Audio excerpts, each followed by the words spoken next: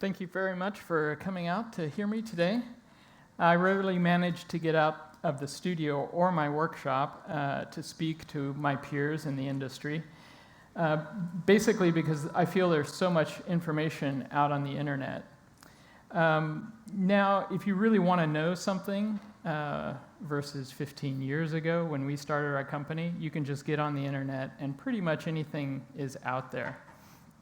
What I tend to do, or I found myself doing, is talking to developers one-on-one at trade shows, generally PAX. We go to many trade shows a year, 4 or 5, and inevitably at each one of those, we get a few indie developers who come over from the Indie Mega booth to ask us questions. And this really started the idea of doing a talk like this, because I would talk to one person on one day and then say the same thing to the next dev the next day.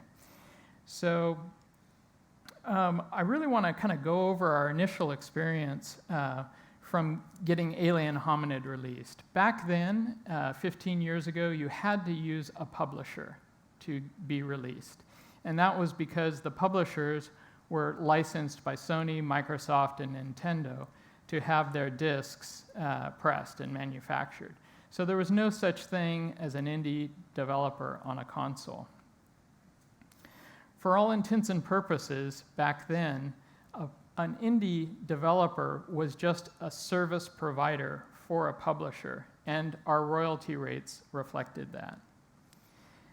That initial experience with our first publisher ended up with us having ended up with us suing our publisher. And we just couldn't understand the royalties and how the royalties were generated. It took many years to get through that lawsuit, and at the end we decided that we would never use a publisher again. When I look back on the experience and all the time that I took into pitching to publishers, I realized that it would have been better for me to spend all of that time promoting our own games and trying to do our own self-publishing. Of course, back then that wasn't possible, but definitely now it is today. In 2004, when we signed with our publisher, there was 46 publishers that I pitched to. Today, there's only 11 of those publishers left. The rest of those publishers either went out of business, went bankrupt, or they got absorbed by larger companies. So as a developer who had told me his story when he came to PAX, he said, look, I'm having problems with my publisher. And I began to realize that he really didn't have many options because he had signed away so much of his rights just to get a publishing deal. So since these questions come up so often,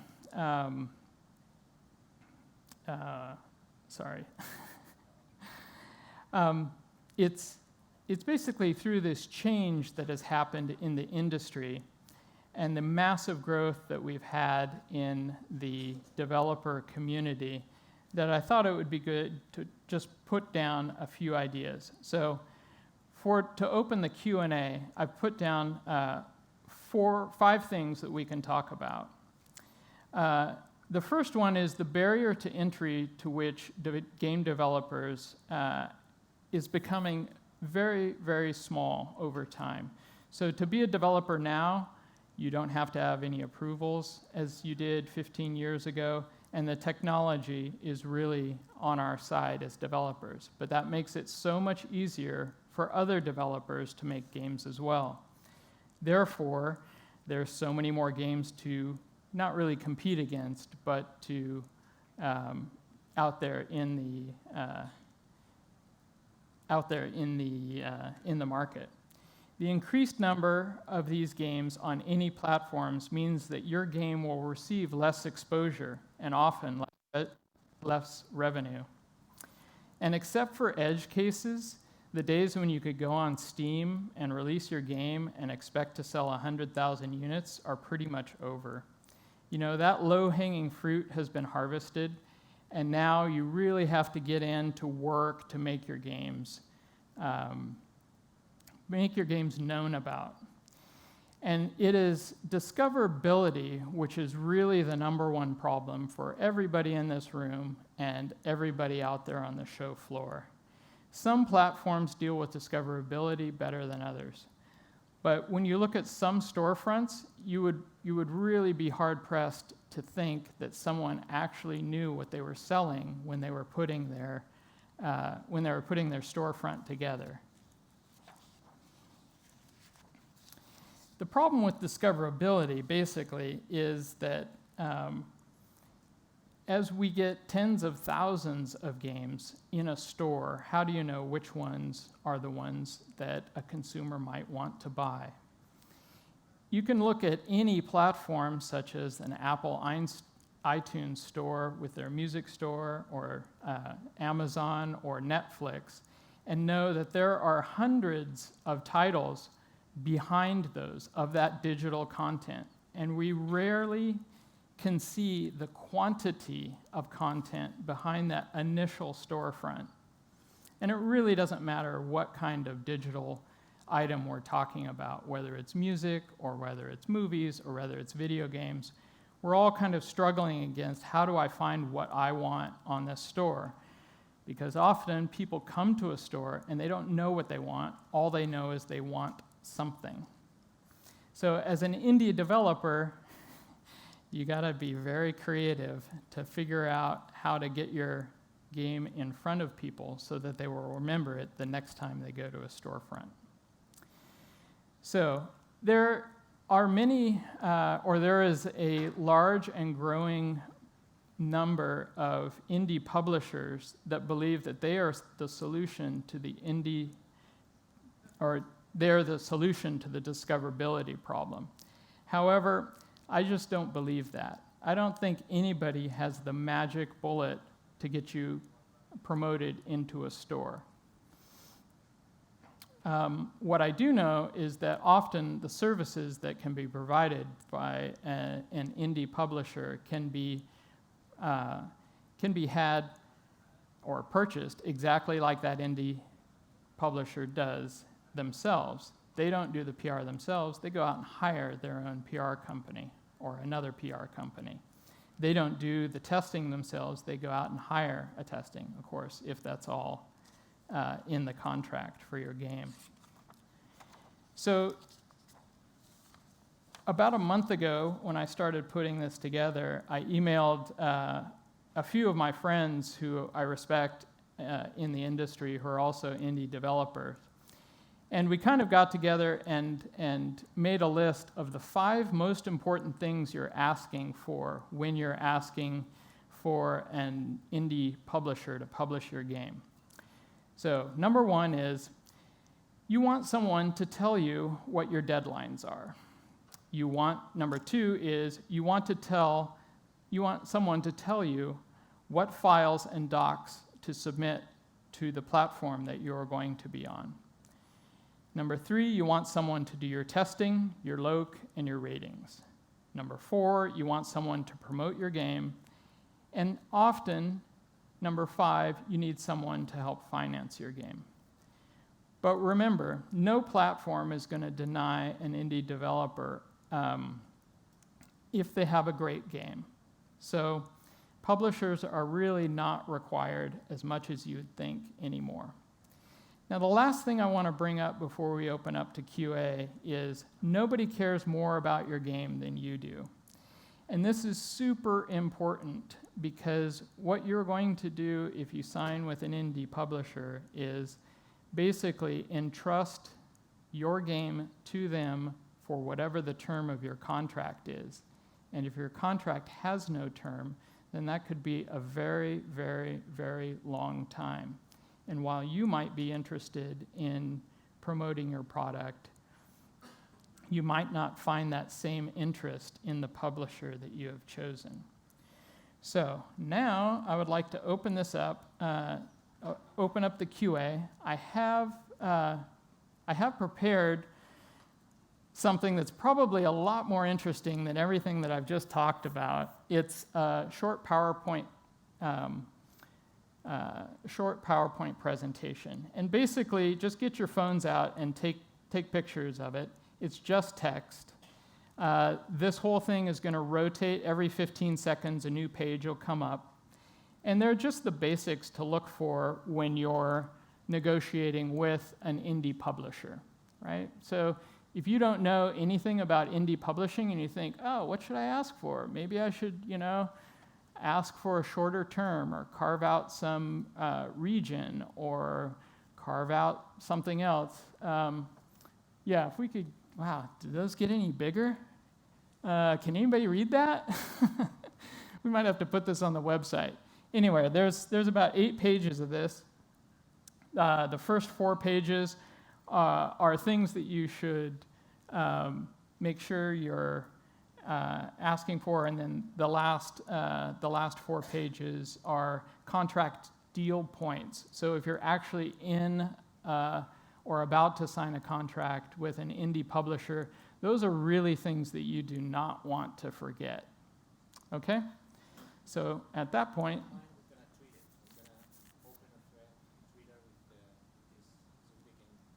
sure. Yeah.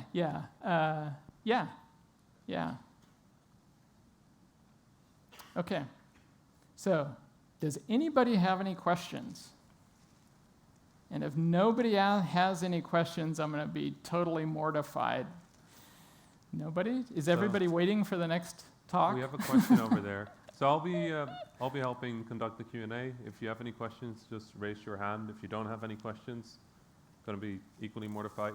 I will ask some questions. There's 8 pages of things to ask about. Okay, so there's a guy back there.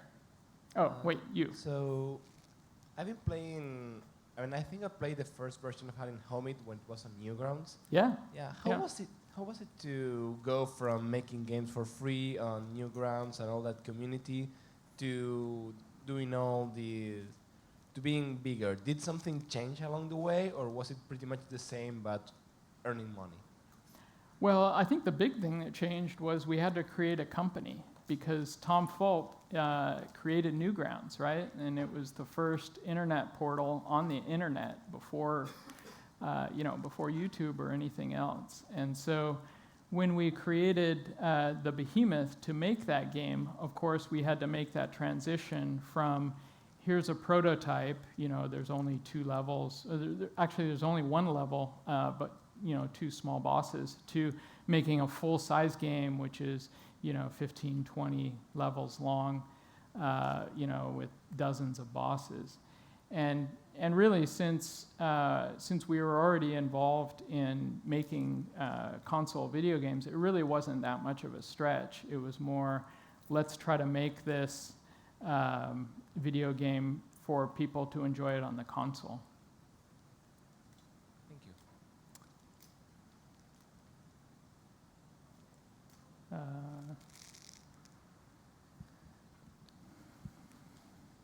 ¿Me puedes traducir? Yeah. So what's the question?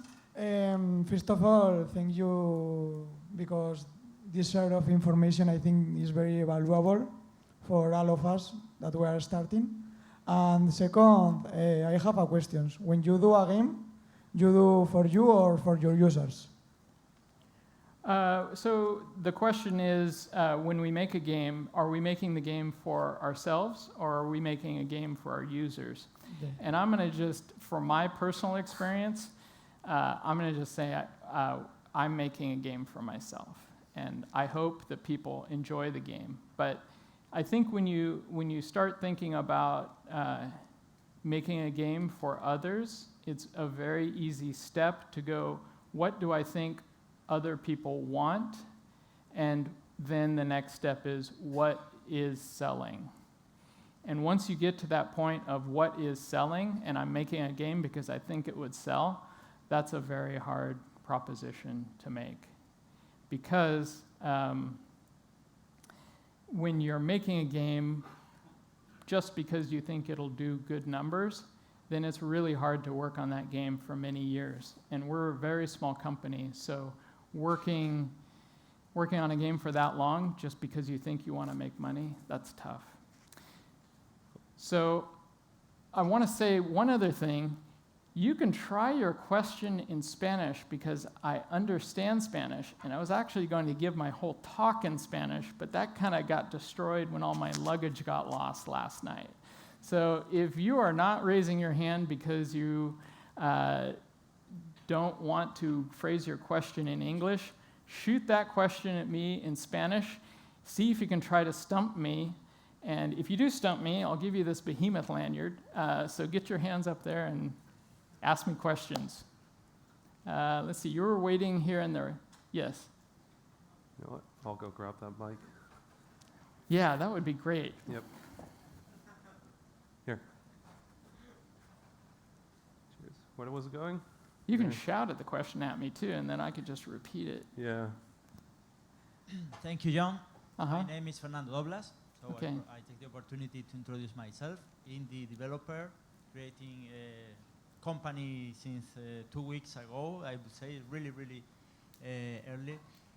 So since it is very important that discoverability or visibility for indie developers, and I have a couple of questions for you. So how important is marketing for an indie developer in front of the product itself?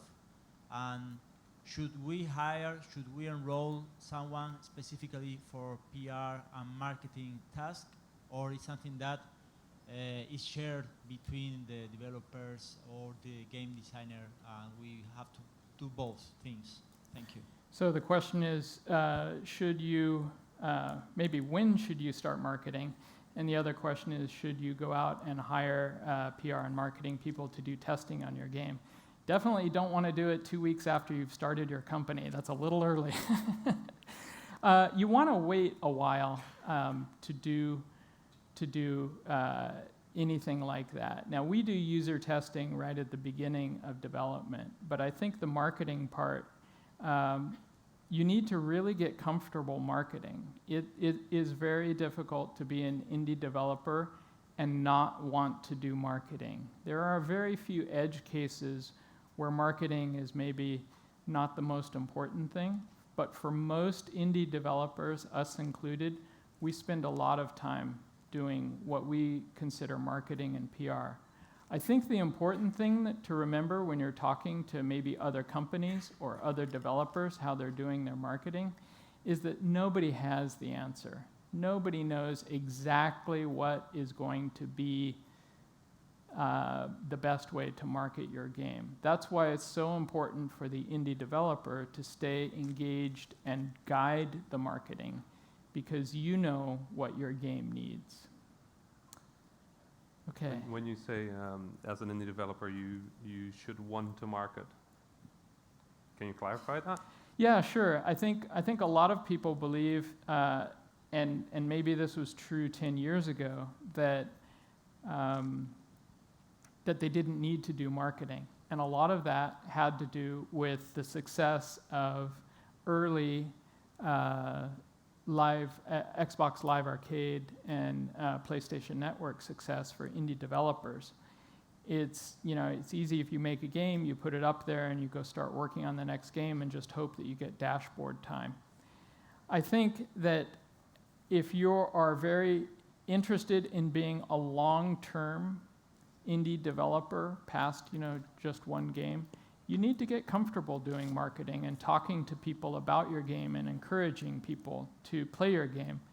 One of the reasons that we use trade shows as a marketing tool, probably, 30% of it is marketing, and 30% of the trade show is usability testing. So kind of when do you start usability testing?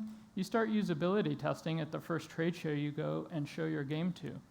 Most of the developers that I met that kind of started the desire to do this talk at PAX Paris 2 months ago in May, they were there for the first time to show their game to the public. And some of them had been working many, many years on their game, and they could have used feedback a lot earlier. And I think it's one facet of the kind of whole approach to be an indie developer is being comfortable with the marketing. And of course, the other part of the trade shows is really generating revenue to be at the trade show, because you can't be at the trade show if it just costs you money. Hello? Yeah. Here. He's on the Hey, hello. right. Oh, sorry. When you are a solo game developer Uh-huh. and you have to do so many things, like I'm alone, like art, programming, I don't have money. Correct. How do you do marketing? From my point of view, you have to choose a publisher to help you. And So here's the problem about that mentality, right? The mentality is the publisher will do all of my marketing, right? And so, in my opinion, when you are an indie developer, you are promoting your brand. If you sign with an indie publisher, you are going to be promoting, your game will be used to promote their brand. One of the reasons that I'm here today is because I've gone to so many PAX shows where I go to some indie publisher booths, and I don't know who the developer is. I see the games, but the developer's name is not there. And there is no promotion for that developer. And I know when I go to the next trade show and that game is not in that booth, it'll be replaced by another faceless developer. And so, yes, there are many, many things you need to do as an indie developer, and marketing is one of them. It doesn't need to take up 100% of your time, and it can be staged at certain points of development. But you really need to get comfortable with the idea that you are going to be the person most interested in the success of your game. And the problem, another kind of problem that I have with indie publishers is that you'll never know. If you don't publish the game yourself, you'll never know if it was your game or their publishing that made it happen. And if you publish it yourself and the game is a huge success, then you will know that it was yours, that it was all of your game. If you do decide to go with an indie publisher, you definitely want to put restrictions on, your term, location, different channels, platforms. Don't give them everything in one big ball and turn your back on the publishing responsibilities, because every publisher friend or every indie developer friend that I talked to about this talk said the same thing. Eventually you're going to do it on your own. May not be after your first game, or it may be after your first game, but eventually you will be your own indie developer and publisher. So you might as well get started. Okay, who's next? Yes. You can just say and I'll repeat it. Hello? You can skip the mic and I'll repeat the question. Hi. Hi. Do you have any advice of what to avoid during a game pitch? During During a pitch? during the pitch to publishers, yeah, avoid it. Sorry for my broken English. No, it's totally fine. So the question is there anything I can suggest during a pitch to publishers? So here's the deal with publishers. They want you, okay? They want each of you. They do not have product if you do not make them product, okay? If you're not making games for them, they don't have anything to sell. And I think part of the problem that indie developers have is that they come in and they have no self-confidence, right? They don't believe that their game is as good as they think it is, or that it maybe really is. So if you lack self-confidence, build up that self-confidence before you get into a room with a publisher. Now, in some of these things to keep in mind with as you go into a discussion with a publisher, find out as much as you can about that publisher. Have they ever had indie developers that signed with them again? You know, first off, never sign more than one game at a time. Don't sign your next 3 games. Every developer that I know that has done that, every single one has regretted it, because there's no reason to go with more games than just one. You just go one at a time. If you like working with that guy, that's great. Okay? But those are the types of things that you want to be really knowledgeable when you walk into the room with a publisher, because the publisher is there to make money from you. Okay? That's how they exist. That's how they survive. Because they're, in general, unless you negotiate it into your contract, you will be part of their revenue stream forever, right?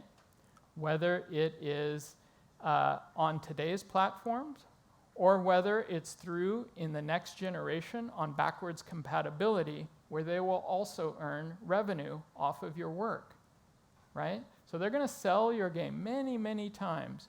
And yes, you will always get a cut of that, maybe if it's in your contract. But you really want to make sure that you know as much as you can from other independent developers about that publisher.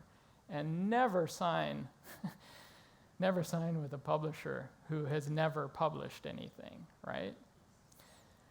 So a little side story. I don't know how many other questions are out there, but a few years ago we tried an experiment where I wanted to keep our testing people working the entire year through. So we created a company called the Research Centaur, and we opened it up to independent developers who had no publishers, right?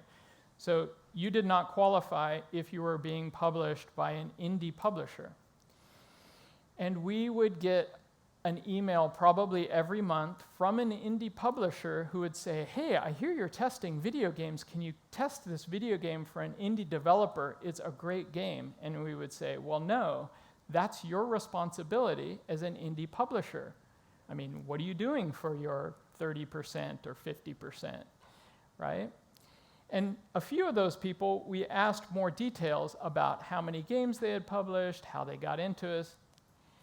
And often it was like, oh yeah, we were in marketing and we decided that we would become an indie publisher because, you know, why not? Most indie developers only need marketing, so we'll take that long-term share of royalties and we'll just do their marketing. We don't do testing. So make sure when you're talking to your publisher that they really are publishers, right? That they really keep their developers happy year after year after year after year. Okay? So if you're going to avoid working with a publisher, right. What are the main things, services that publishers traditionally offer that you would have to do yourself, and how would you do those if you are, like many of the developers here, independent developer, low on budget, low on time, high on stress? So as you read through this list, you will see the very extensive list of things that you should expect from a publisher if you sign with an indie publisher. And that list is long. There's no doubt about that. And the reason that we put together, again, this list is compiled from the 4 or 5 indie developers that I trust who helped me put together this list of really what should you be getting for the royalties that you are giving away. And it's long. But if you've learned to make a video game, you can learn to do this stuff as well. And more importantly, if you find that you cannot do it, eventually you'll find some way to market your game, right? It's tough, there's no doubt about it. But this list gives you a very explicit list of exactly what you should be providing if you're an indie publisher. And if you're not providing that, if your indie publisher is not providing that, well, they shouldn't be making, 30 or 50% off of you for sure. And everything in that list should be in writing in your contract. right? Because if it's not, you'll never see it. You know, if you say, well, I want to go to every PAX and I want you to pay for every PAX, and that needs to be written into the contract. Because that money, that promotion, is what the publisher should be paying out of their share of the publisher royalties. It isn't that the indie publisher gets to make 30% and then gets to tack on all of the expenses to your account. This is stuff from the music industry from years ago, because indie bands have been getting screwed like this for years too. So, other questions? Yeah. The life cycle of an indie developer? What is like a from zero to success? What should be what do they should have in their minds as a sign of success as an indie developer? So the sign of success as an well, the life cycle of success, I wouldn't know. I mean, I think the most important thing if you're an indie developer is to keep a lid on your development goals, right? Make sure if you're doing a game that it brings something new to the table. There is so much content out there that if you're just making the game that someone made last year and you're changing the title of it, or you're just adding a few new graphics, it's not going to sell. It's just not. And if you're making something totally original, and you can do it with heart, and you can go through the entire development cycle, then eventually you'll put that game out there, and hopefully it will sell. But everybody, or a year ago, we tried early access. I'm not a huge fan of early access anymore. It was good for us because we kept it to a year. We were out in a year and a month. But I've talked to so many developers, said, yeah, we ran out of money, so we went to early access. And then we launched 3 months later. And I said, well, what did you do between early access launch and 1.0 launch? And they said, well, we didn't do anything. We ran out of money. So we figured if we launched the game, we would get more money. And so I looked at their reviews of their game, and their reviews were terrible because they had never fixed any of the bugs. So it's kind of it's tough, it's definitely tough. But I think the thing to remember is that not everybody will be successful, but there's no reason that you should not be successful if you've done your homework. And I think that feeling, someone's got to make the first side-scrolling PS2 hand-drawn video game, was what kept us going 15 years ago. The idea that someone's going to do it. It might as well be us, right? Yeah.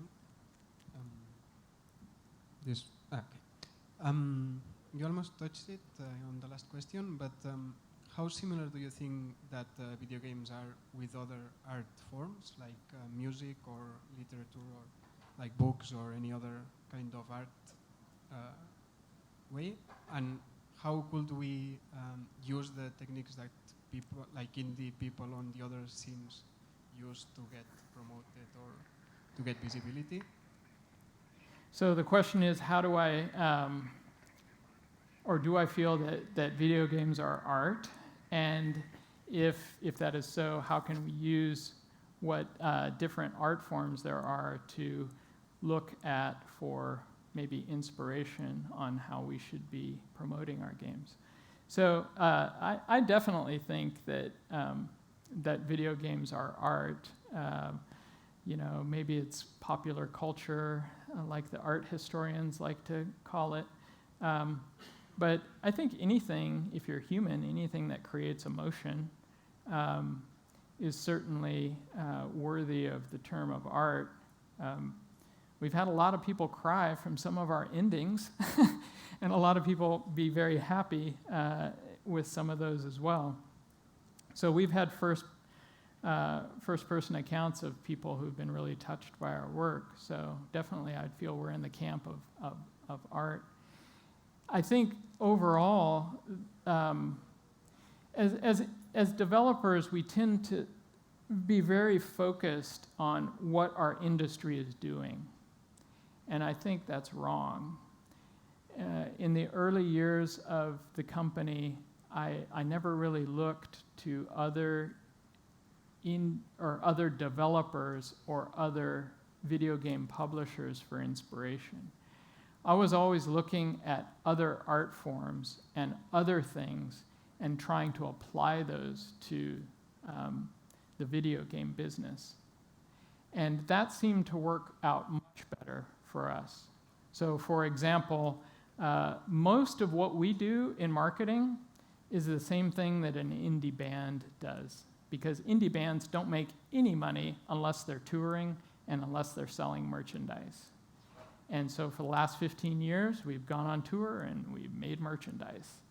And every time we go to a trade show and somebody sees our game, then that's another plus for us. Okay, next question. Hi. Here on your right, yeah. Hi, this is a question for both you and Rami, I guess. Yeah. So you were mentioning before the need to get feedback early, and I agree with that completely. But unfortunately, we're at a time where, especially on the mobile space, some great concepts and great ideas from indie developers, especially original concepts such as games from the Behemoth or Vlambeer, they get copied cloned. Instantly. Yeah, exactly.